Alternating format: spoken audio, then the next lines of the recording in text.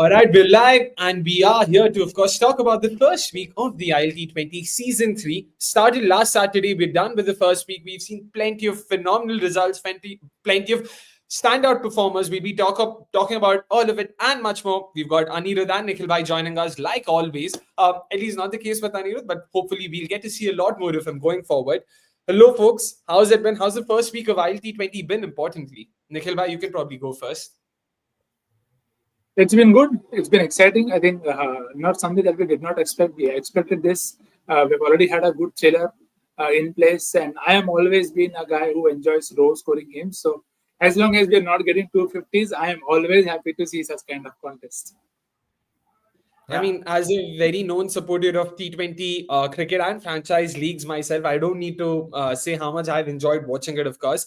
Anirudh, once again, same question to you. How's the first week been? Love the performances you've seen? Yeah, I mean, the matches have been close and sort of, not low scoring. It's go back to some 10, 12 years ago, the kind of scores you've been. And also, we've had a lot of interesting moments, and that is what has stood out to me because, how many franchise leagues just turn out to be forgettable, right? It's like you're going through the motions and nothing stands out, but sometimes you get some absurd like bloopers and all, but I feel like we had some really interesting moments that sort of curiosity of people like us. So it's nice. I mean, that way, a point that both of you shed light on was, the scores that we've seen. It's sort of the sweet spot, right? 140 to 180, where both sides are in it. It's not, there's no clear-cut winner, be it the chasing side or the defending side. Nikhil bhai, how important then do you think, it is for tournaments and, these venues to keep that in mind? The surfaces have to be just sportive enough or sporting enough for both sides to be in play even at the start of the second innings. Yeah, very, very. And I think just to add to that point, what I feel is very, very good so far has been that it's not been toss dependent. And that I think is very, very crucial in these conditions, especially because we've seen enough in the past where we feel, oh, easy, bro, just bowl first, use the swing, keep them to a low score and chase. But then when you don't have that, it brings a lot more facets into play. And despite the super sub, despite the option that you can strengthen one team, one side, it hasn't quite always worked out in the favor of the side, hoping, like what MI did yesterday. Let's get Dan Mosley in. Of course, he'll play a lot of cricket. He scored some runs. He took 2 wickets also, but still did not quite translate into a win. So I think that is something that really makes me feel very good about watching it, because I feel that's very important, as you rightly said, about the balance between the bat and ball, but also ensuring the toss conditions are not toss dependent, because then we don't want people to switch off just after toss. We know what is going to happen. Let's only watch for this or that. So I think is very, very good. Yeah. All right, let's talk about some of the results, especially the nail biters that we saw. The first game of the tournament comes to mind, MIDC. MI losing the game by a very slender margin of just 1 run. Anirudh, not just the result, the fact that they were in pretty much pole position. 14 needed of 16 with a set Pooran on strike. They somehow managed to lose the game from there. Like, how much do you think that result itself has dented, their performances that we've seen post that? Because they're right now sitting fourth on the points table. And that is also mainly because they've played more games. Let's just have the points table out first before we get in. There you go. Mumbai have played 3 games, won just the 1 game against Dubai Capitals, the second one that was. Desert Vipers standing firmly on top with 3 wins and 0 losses. We will be talking about all of them. Of course, Gulf Giants, winners of the season 1, are right now currently placed last. Hopefully, they will be able to better their performances. But Anirudh, once again, coming back to that first game, how big a role do you think that's played, given their clear dependence on Nicholas Pooran when it comes to the batting side of things?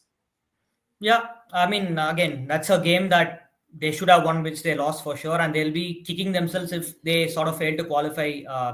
Because you look at the people who bowled the final 3 overs of the chase. It was Ollie Stone, it was Gulbadin, and it was who was it? It was Farhan Khan. Yes, it was Farhan Khan who bowled. Ollie Stone bowled the penultimate over and conceded 1 run, and I think, looking back, something I found very interesting in that game was sort of Pollard took a single off like the second ball of the penultimate over, and I think Ghaznfar faced 4 was not able to score a single run. So these kind of little tactical missteps, it might not be, it might not matter the first half of the season, or when you look back and isolate and look at a game, but adding up, right, you will sort of regret it at the end of the tournament if you don't end up qualifying. But I still expect Mumbai to qualify, though. I think they're too strong to be, at least for me to count them out. In fact, funnily enough, in the second game as well, we saw a bit of that tapering off, so to say, in the death. Again, it was Gulbadi Knight this time around in that final over. He took 3 wickets. Kyron Pollard, probably not the greatest of seasons, but bat ke saath, fir bhi we've seen him tonk a few sixes and entertain the crowds. But the feeling's been amiss, and it's not something we've come to expect of Pollard, right? I mean, sure, age might be slightly catching up onto him, but Nikhil bhai, we'll talk about the other nail biter that we saw. Sharjah Warriors versus Gulf Giants. Again, a game that Gulf Giants will be, hurting given the loss, given that they were so close to winning it, and they were probably just one PKC knock away from winning it. Unfortunately, not to be the case. What did you make of that result? I think it was a good game to see TKC taking off. I think we've spent a lot of time over in the past wondering when we can see the best of TKC, because he's been around and he's been playing T20 cricket also, and he's played with these set of players also. So I think that really helps when you're playing against them in the future. And it was good to see him carry his bat, because it's very rare for you to see an opener carry your bat in big 2025, if you want to put it that way. So I think he was able to bat time really well. He kept losing wickets apart from that partnership that he had with Mustafa, who again has looked really good. So that is a good positive for me. And in terms of Gulf Giants, you definitely feel when they took those wickets in bunches, whether it was with Muzarabani or even others, you felt, who do you use better? I genuinely felt Ayan Khan should have been used earlier. I know they bagged Rayan Khan, but he went for a lot of runs also. So when you have a lineup that is struggling for consistency, again, we now know after a few more games that the batting is dependent heavily on wins. So I feel when you get into those games, it's very important to close those games out. So I think at this point of time, it does feel like that game might eventually sting them a bit more, that we were in a good position. 174 was a good total, and should have been able to defend that one. Yeah, and Anirudh, not the greatest of ideas, right? You're giving the 20th over, the all-important 20th over, where you have to defend 11 runs to the youngest player in the tournament. And let alone that being the case, he also was bowling his first over in the game. It's not like he'd already rolled his arm over, had an idea of how to bowl there. Yeah. Again, like, why was that the case? The spin attack in general hasn't been the greatest, but do you think they probably missed a tactic or two there? I mean, again, you could say that in hindsight, but the first match we discussed, the three bowlers I mentioned who defended the targets.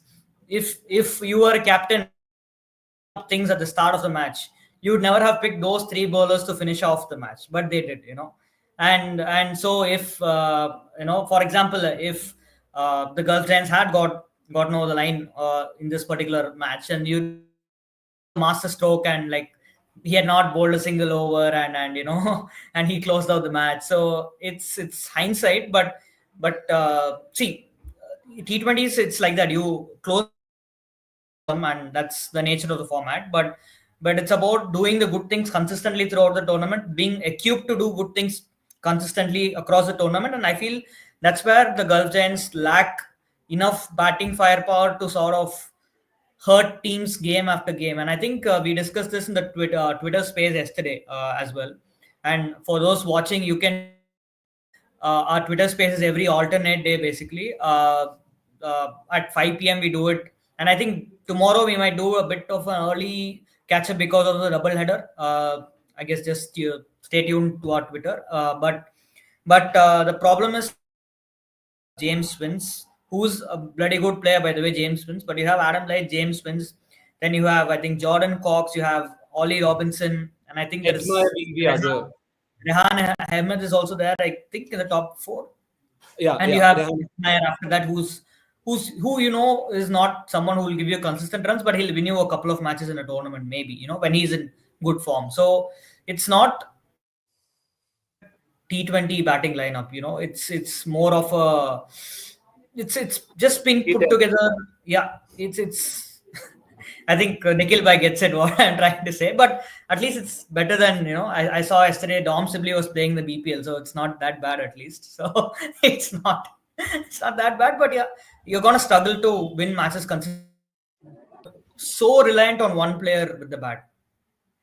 I mean, that those are valid points, but I guess that's where Gulf Giants have probably made a name for themselves. Something we also spoke about last week was how Gulf Giants have always been that side in the tournament whose sum tends to be greater than the whole. I mean, whose whole seems to be greater than the sum of the parts. They've somehow managed to punch above their weight, astutely led by James Wins in the last 2 seasons, and also it helped that he was scoring runs for them, and he continues to do so. But again, it will be dependent on how that bowling attack now fares. We've spoken about how, I mean, during the IPL as well, we've spoken about Andy Flower's own, preference or liking for all-rounders, for bowlers or batters who can also add more value in the other discipline. You can see that a bit of that here as well. In some of the picks they've gone for, Mark Adair comes to mind.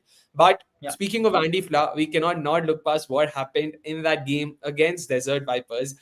Ladies and gentlemen, what essentially happened, TLDR, the rule clearly states that the coach is supposed to inform the fourth umpire who the impact player or the super sub in this case is, and you cannot send your super sub out without notifying the fourth umpire. Seems to be a fairly simple rule, seems to be something that should be followed, should not be followed. That's probably up for discussion. But the fact that a mistake like this happened, like, again, it makes you wonder, right? Like, of course, at the end of the day, everyone's human. Anirudh, let's start with you on that. What did you make of the whole incident and the chaos that sort of surrounded it?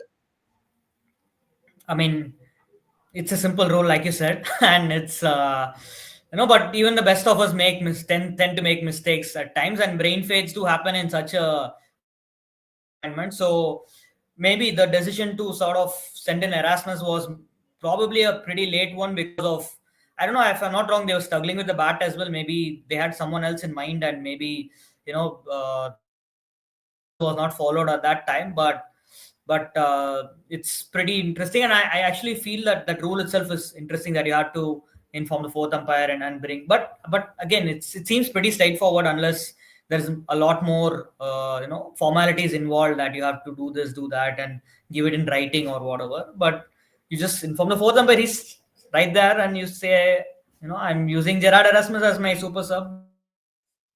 We don't know details of it. Maybe what if you had to nominate the player before the match starts or whatever. I don't know about details of that. Surely it can't be the case, because you have multiple peoples you can utilize as your super sub. So yeah, it's bizarre, and that's why you love to watch franchise cricket, to see what happens really.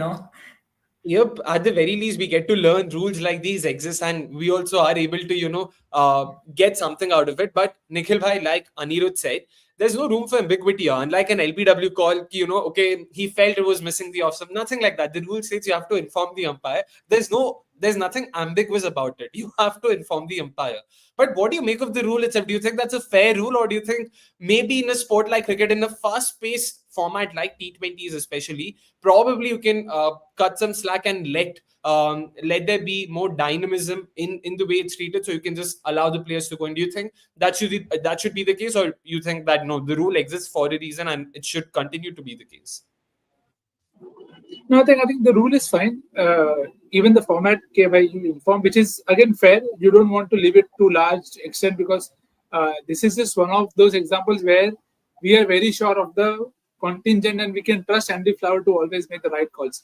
We know enough franchises who do random things at random times. Let's not get into those details. But the catch there is, it's always good to have that process in play, that you can have 8 options, you can have 10 options. But whatever you want to do, let's always keep it very official and formal, because again, it just ticks off enough boxes and does not lead to any confusion that 2 people are coming out to bat. Oh, but who's informed, who's not? No, bro. It's just one guy informed in, and just go out and do your job. So I think that is fair. I'm okay with that too. Yeah. Just want to add one thing. Just I think one other some implement, is like or even international cricket. I like explained immediately why the ineligible. I think we've seen it throughout the ILT20. It's for a while now, which is just having the third umpire on describe or explain the different decisions, right? Like why this was done, why that was done, and that just takes away the ambiguity where this or else, for example, how many controversial decisions we had in the BCT, right? Like where we were just wondering why was this, why was that. So yeah, that's the thing I think. Just I mean, it's yeah, a I think fair points. They fair, very good point from Anirudh. The only catch there is you need to also have commentators who know when to not speak. True. agree with that. I agree with what Nikhil Bhai said, but importantly, just to add to what Anirudh said, it enhances the experience for viewers like us, because we always keep talking about what was the reason and all, and importantly, it also humanizes the third umpire. We always just think of the third umpire as a robot who understands everything. They have so much time, so much technology. How do they still end up making mistakes? We have all of these questions. The fact that they are able to just justify it, whether we agree with it or not, is secondary. But the fact that we now are able to understand the rationale behind it, it becomes a lot more easier for us to understand. So kudos to ILT20, and again, this has existed for a while now, but to be able to see it firsthand, it's a great experience for viewers like us as well. Two more teams to Yeah. go that we haven't spoken about yet. Desert Vipers standing very, very comfortably on top of the table right now. 3 wins in their 3 games. Yeah. A side that I spoke about when we were talking about predictions and which side you be backing. So happy to see them come good on that. But Anirudh, again, it's been a very comprehensive side, so to say, from Desert Vipers. They've been clinical throughout: batting, bowling, pace, spin, Yeah. and of course fielding as well. Yeah, I mean, and you right favorites sort of to go all the way, because you look at how well constructed their team is, not just in terms of the names they have, but also the different facets they have, the different areas they've covered. And for example, someone like a Sam Curran is the second highest run getter in the tournament so far. Not sure, but that is the case. And have the role Sherfin Rutherford just comes in at faces 15-20 balls and scores at a strike rate of 100 and done. And he is in a thing that helps for the Desert Vipers as well. A number that he's faced 30 balls in this tournament and has scored 70 runs and not been dismissed once. So when you have such a player, a young player who's sort of thriving and probably nearing his peak and performing to the best of his abilities, and you're having other people chip in around consistently, that's perfect. I think no wonder they are 3-0 up, and right now you have to say that they look very strong to go all the way. Again, Nikhil, in terms of the names and the addition of Anindra Hasranga in the last couple of games, you can clearly see the kind of difference it's made. That run out comes to mind of Tom Banton, a solid fielding effort from him. But all in all, that bowling attack itself, yeah, like Hasranga, there's Mohammad Amir, who unfortunately did not play last game, but Luke Wood, Sam Curran, just looking very good across phases as well. They've been one of the more consistent bowling sides this time around. Yeah, completely agree with the points that both of you made. It's also about the depth. It's about the variety and the depth in the attack that they have. That you have a Mohammad Amir, you have a Luke Wood, you have a David Payne. They're all different kind of options, and they can use different facets of the game. And when they are done, you feel life is easy. And then Lockie comes and he bowls the bowler. I don't think Joe Clark is going to have nightmares about that ball. I can't see. We all see a lot of cricket, but to still see something as magical as that ball that he bowled to Joe Clark, and that was his first ball of a spell.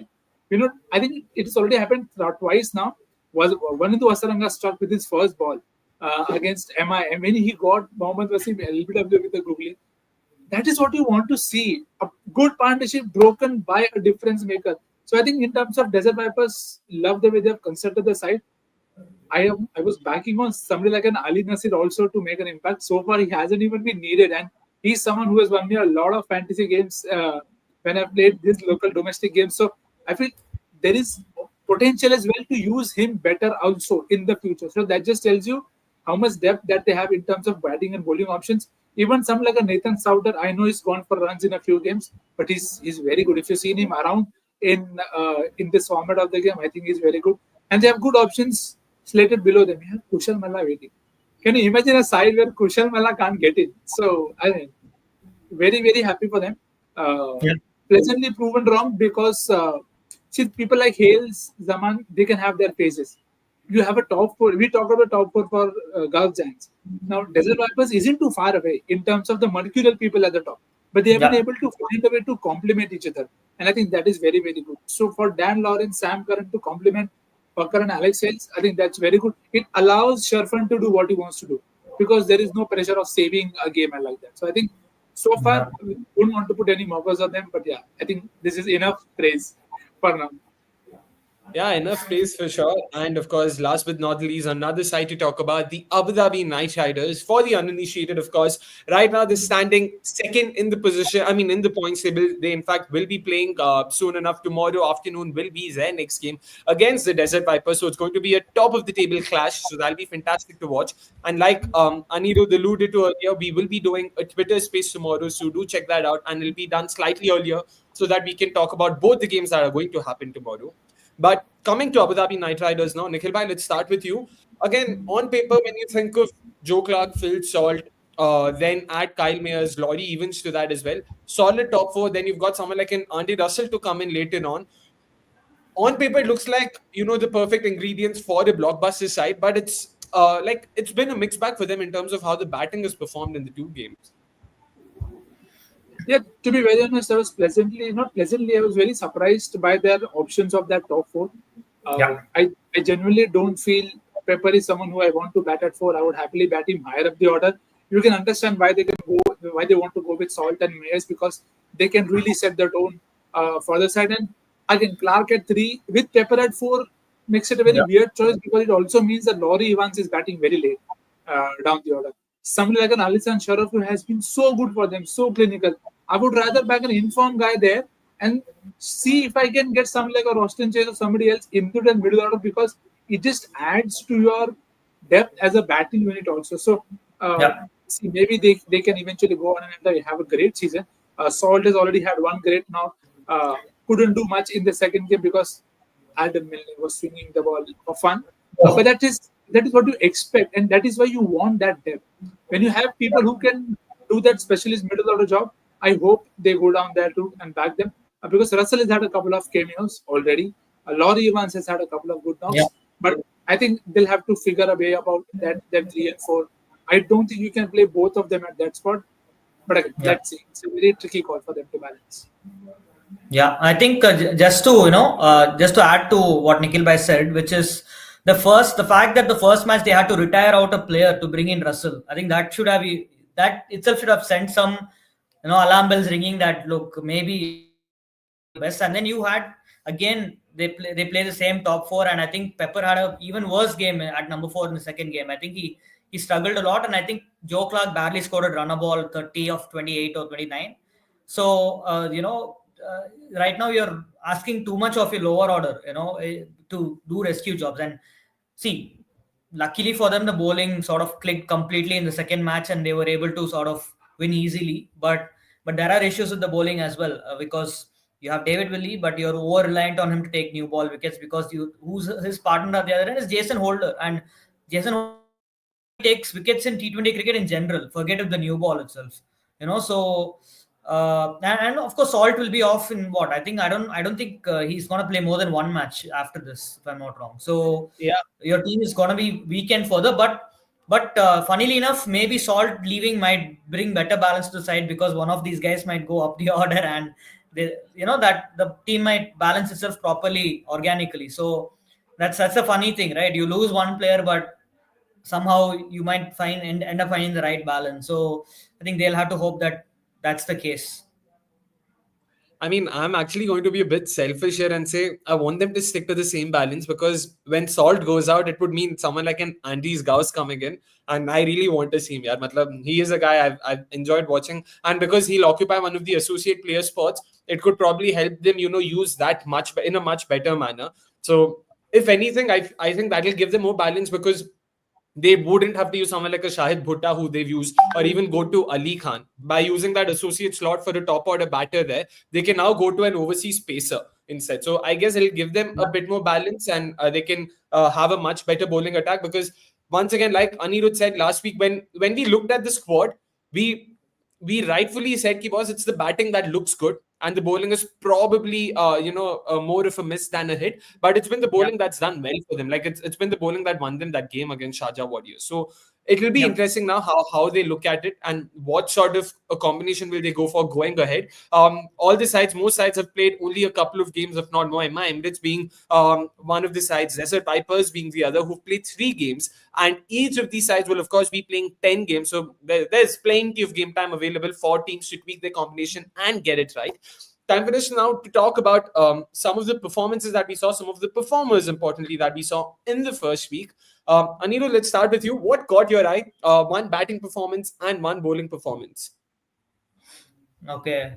Bowling performance, I'll actually talk about one player in general. I think Gulbuddin Naib is someone I'm gonna say that I did not expect, but it's very sort of pleasing to see him grow into this role, because he's taken 6 wickets at the death, all at the death, bowling his trademark cutters and his off-pace deliveries, and it's been wonderful to see. And look, he won a match for the Capitals with his bowling, and that too against the defending champions, no less. So what more can you ask from Gulbuddin? From a batting perspective, there have been a few performances, but I think I'll have to go with TKC as my standout performance of the bat, because like what Nikhil by said, which is it is rare that you see openers bat through an entire innings, and for him bat through the entire innings, but be there and also uh, take them over the line by scoring a 2 off the last ball and a boundary just a couple of balls before that. I mean, that's actually very that's what you say, winning a match on your own, basically, what he did. So I'd pick these two as my standout performances, but there have been plenty of other good showings as well. So Mark Adair, for example, I think even though his team has not done well, he's been one of the best bowlers in the tournament. I think the last day, the other day, he bowled 2 maidens out of his 4 overs, and he's been tonking at the bat as well down the order. So it's been lovely to see Mark Adair step up as well. So, but these two, I can't overlook these two as my top performances. Fair enough. In fact, Mark Adair, that's a great shot. That's a name I've also been thinking about. The spell you spoke about, he should have had at least a couple of wickets. One catch fell in no man's land. The other was dropped in the slips. Unfortunate for him, but he's been bowling really well with the new ball. And he's not been too badly complimented by Daniel Warriorz there. So interesting bowling attack that they've gone ahead with, but it somehow worked for them there. Good on Two that. future England players. Two future England players. Okay. Other things come to mind, but we'll stick to 2 future England players for now. But Nikhil bhai, what about you? Top performers or performances, however you want to look at it? I can't think of anybody else but Farooqi bowling those 2 Yorkers that he did to Rahman Powell and also to Dasun Chanaka. Dude, it is very, very hard. I know Stark makes it look very easy. Wasim bhai did it for a living back then. But for Fazal to come back into, and again, it's also the timing of those wickets. In both those games, you felt, oh, this could go somewhere else, and he just comes back and takes them out. So I think that is something that I really enjoy. So Fazal's both Yorkers to Powell and Chanaka stand out with the ball. Always a sucker for swing bowling. So Milne's wickets are also very, very happy. But just because that was a Yorker, I think Fazal takes the cake there. In terms of batting, I think TKC being taken, I'll happily take Rutherford. I have enjoyed watching him bat over the last 1 year now, and especially the knock that he had in the 5th game.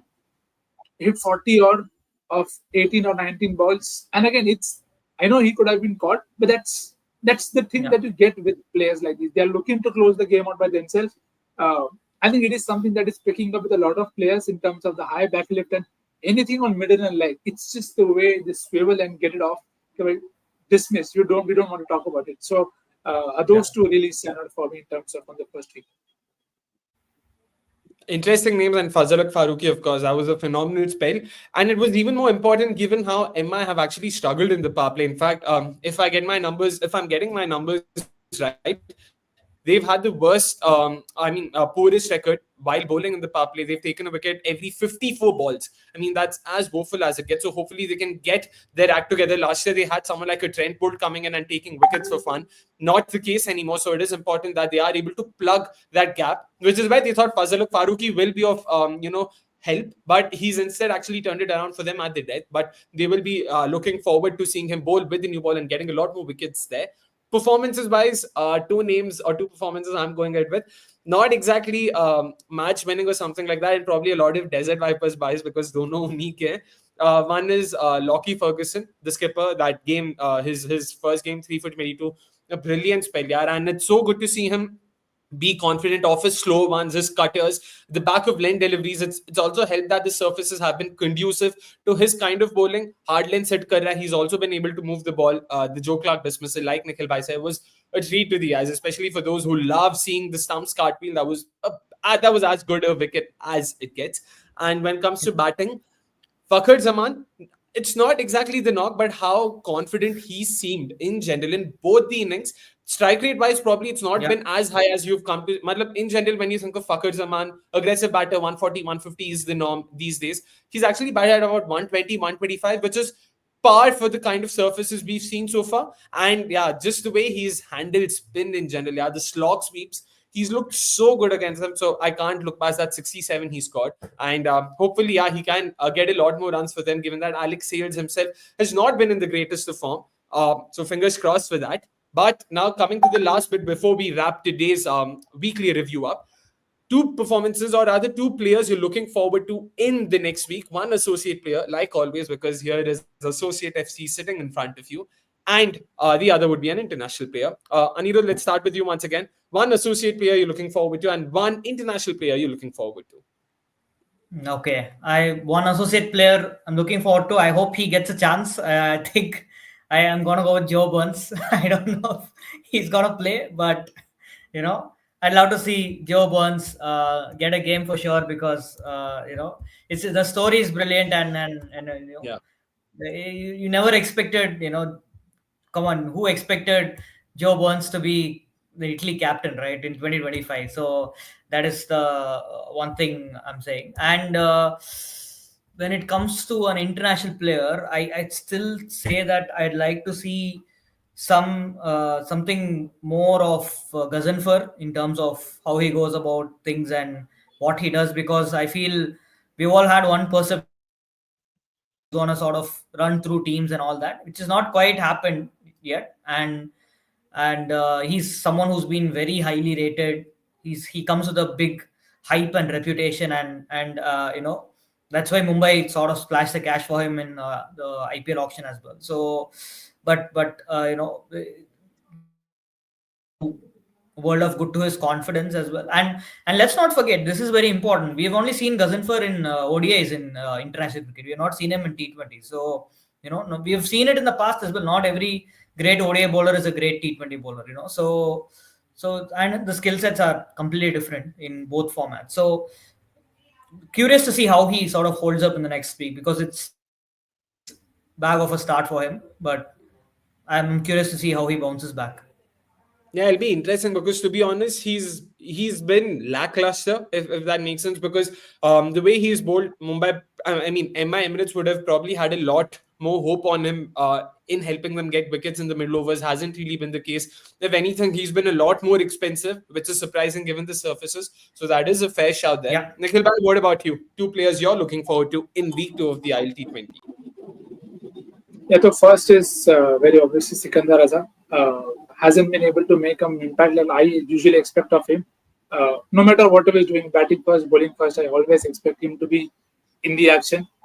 So he is someone that I genuinely hope can help Dubai Capitals just get that momentum with that load, because they have enough all-rounders in the rankings. So if he comes good, just eases the pressure on them. In terms of associate options, there are quite a few players that I want to see. Aryan Lakra hasn't got a chance yet for MI. Mohammad Wasim has had a knock also, but again, maybe I expect a bit more from him. Even someone like a Junaid Siddiqui, Zahur Khan Zahur Khan has played a game, but Junaid Siddiqui hasn't got a game yet. So he's someone is also that I'm looking forward to, because I think these tournaments, these are the opportunities that you want to see them learn and get better for their future game. So unable to pick one, but there are so many of them that I really want to see them get more games. Even if it's for 2 overs, it's fine, because even Ayan Khan hasn't been able to do his job so far. So there is room for him as well. Yeah. Fair enough. I'm just happy that last week I'd spoken about Brandon McMillan and it was good to see him score that 50. He looked so good. A couple of those sixes, especially the lofted cover drive that he hit for a six in that game, that was so beautiful to watch. So fingers crossed, I'm looking forward to seeing a lot more of him. Let's just take this comment before we get done with today's live. Of course, thoughts on why DC haven't been using McMillan as much with the new ball. It is an interesting question. We know of him as a gun all-rounder. We saw what he's capable of in the last World Cup. Nikhil bhai, thoughts on this? Why do you think DC have probably stayed away from using someone like a Brandon McMillan, with the new ball? Given, I know they have options like Ollie Stone, Dushmanta Chamira, Farhan Khan even, but do you think there is merit in probably going for someone like him? It's a very interesting call, to be very honest with you, because we've seen McCullum bowl tight lines and length, McMillan that is, but maybe they want to use that swing aspect a bit more, which is why you see them try those options. I think someone like an Obed Mokka is a better off bowler if you start him in the second half, but again, that is us taking a call basis. We've seen him do well when he starts after the 9th or the 10th over. So maybe that is something they can surely look into, because if whether he's going to add value or not, 100% sure, and not always can you rely on Gulbuddin to do his stuff at the back end. So you will have to, I feel, manage that better. So they have an option. It is very, very surprising that they haven't gone to him, but maybe it's just for the swing aspect. Maybe they feel because usually if you see McMillan bowl is often bowling with the keeper up. Maybe that is also something that they don't have to do. So could, again, just presuming here, but maybe that could be the reason. All right, interesting points those. And of course, my two players, the ones that I'm looking forward to associate me, I'm looking forward to watching a lot more of Harmeet Singh's batting. Bowling mein unhone acha kiya hai so far. He's been tidy, but he's actually a more than capable finisher. We've not seen a lot of it so far. So I'm hoping that he also clicks at some point in time for the Warriors. A very handy all-rounder. And the other option that I'm going for once again from Sharjah Warriors, this is Johnson Charles. I feel he's a proper, how do I put this? A proper butcher. He bludgeons the ball. And given the kind of new ball bowlers we've seen so far, and there's just not been that much movement in the air for him to be troubled. So I really think once, as the tournament progresses and the pitches tired out, he'll be a lot more useful. And I'm expecting some fireworks from him. So that's a name I'm looking forward to, along with Harmeet Singh, of course. Anyways, that's that from today's review of the first week of ILT20 Season 3. Sorry, Nikhil bhai, you wanted to say something? Sorry to cut you at the wrong time, but we discussed about Junaid Siddiqui. He's playing today. So that will be very, very interesting to see how that goes about. And you also have Rakifullah playing. So if he bowls at the right time, look out for him. Yeah. Those will be very interesting names to watch out for, of course, given that Rakifullah also, if I'm not wrong, is playing his first game today, right? Yeah, Rakifullah is playing his first game. All right, so let's see how that pans out. Today, of course, Dubai Capitals is taking on the Sharjah Warriors. The toss has already happened. The game will start in 20 minutes. You can check it out live only on FANCODE. It's streaming in English, a language that, of course, we all love and converse in. So do check them out. And thank you so much for tuning in. We will be back next Friday at the same time, 7 p.m. sharp, talking about a lot of things, including why Javadullah will be the best bowler of the week. Until then, goodbye from all of us.